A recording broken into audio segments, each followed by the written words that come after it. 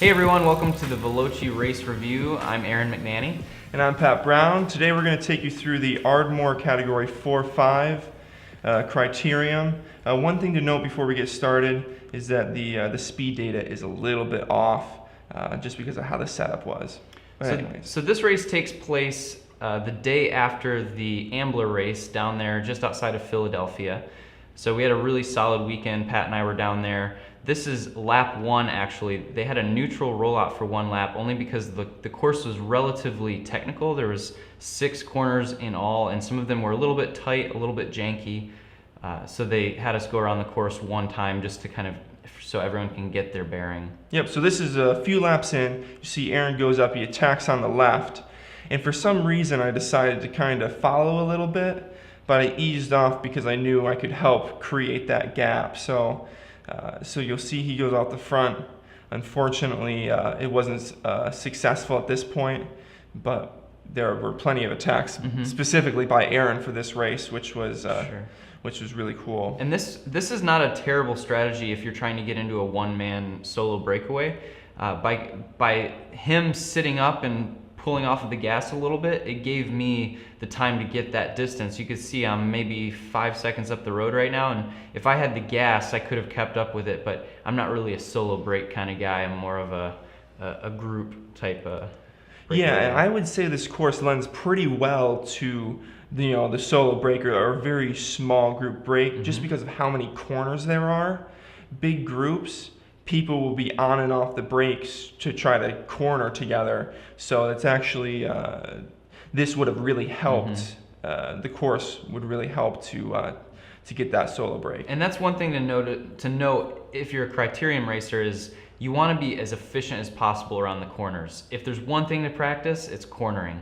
If you can corner faster than the people around you, as long as you're in the front, you will always walk away from each corner, right away from each corner with more energy, more speed. You carry all that speed through the corner, and you could just stay away off the front that way. It saves a lot of energy. So we'll see here, it's going to be cutting to, Aaron's going to be reabsorbed. So you can see Aaron there. So this is later on that lap, and you'll see some guys are going to start. They're going to start attacking here. Or no, excuse me.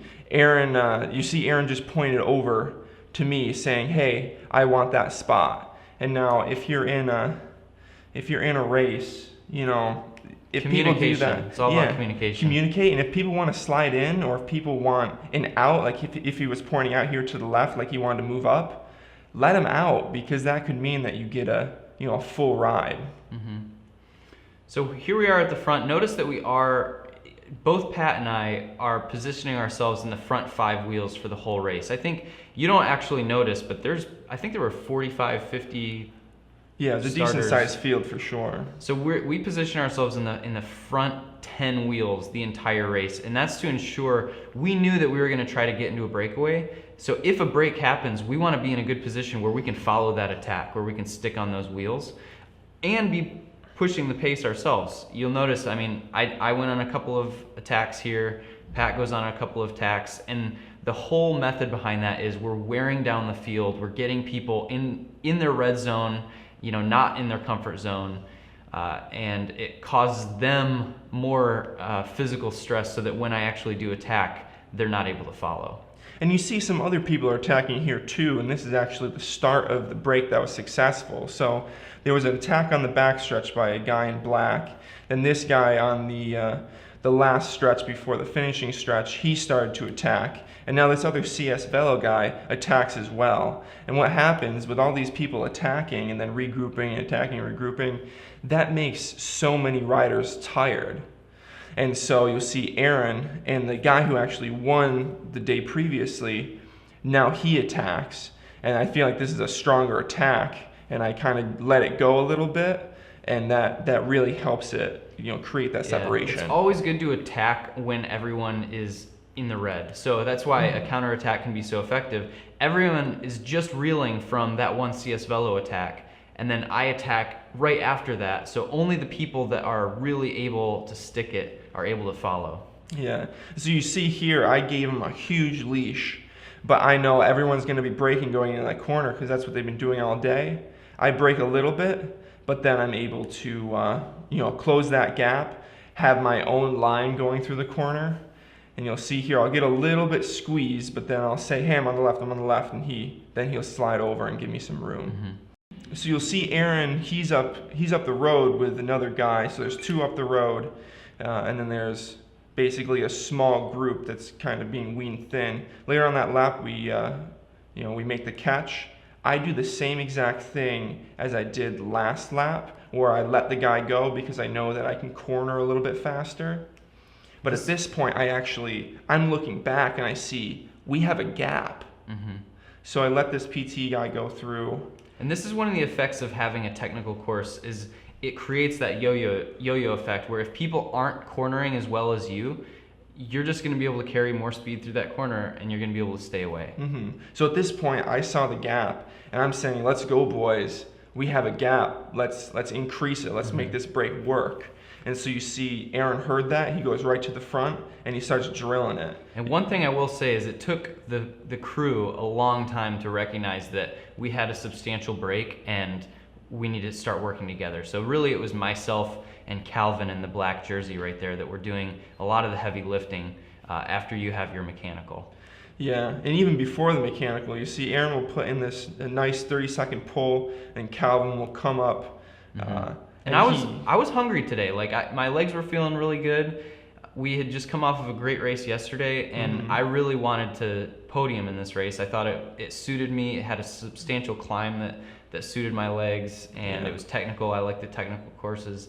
So for that reason, I was willing to put out whatever I needed to off the front in order to get something to happen.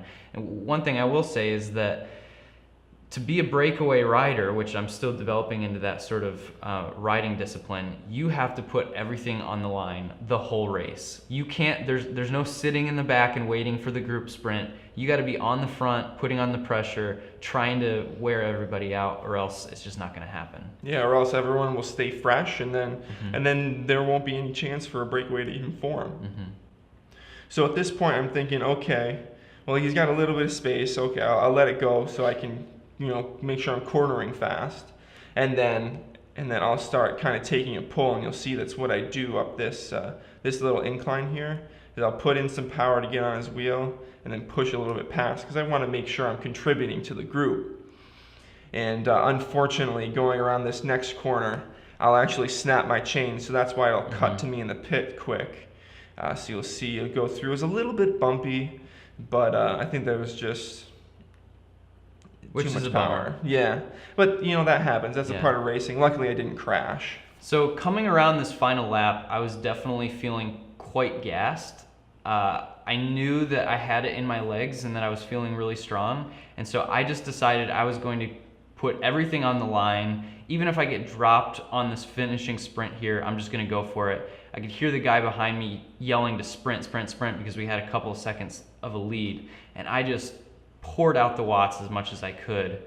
Yeah, and this is actually a really long stretch as well. Very long You'll see, so stretch. this is the finishing, so they're going through finishing. And there's Aaron in the lead, and he holds it. I held it, I just edged past Calvin right there, maybe a couple of inches, but yeah, very exciting. Yeah, and so when you're in that break, and there's only a few laps to go, what's running through your head? Like, what's your strategy at that point? I think you just need to be willing to put yourself into a deeper hole than you think. For me, a lot of it has been learning how to suffer better, learning just how much my body is capable of, sustaining, and just really being hungry for a good position.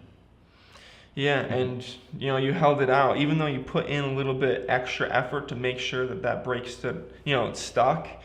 I think it was definitely worth it because your riding style, you're gonna do better in a smaller group sprint then.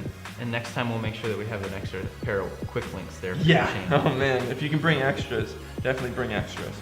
Well, that was the Veloce race review. Appreciate you joining us today. This is the Ardmore Crit 2017. And we'll hopefully see you next week. Yeah. I'm Aaron McNanny. I'm Pat Brown.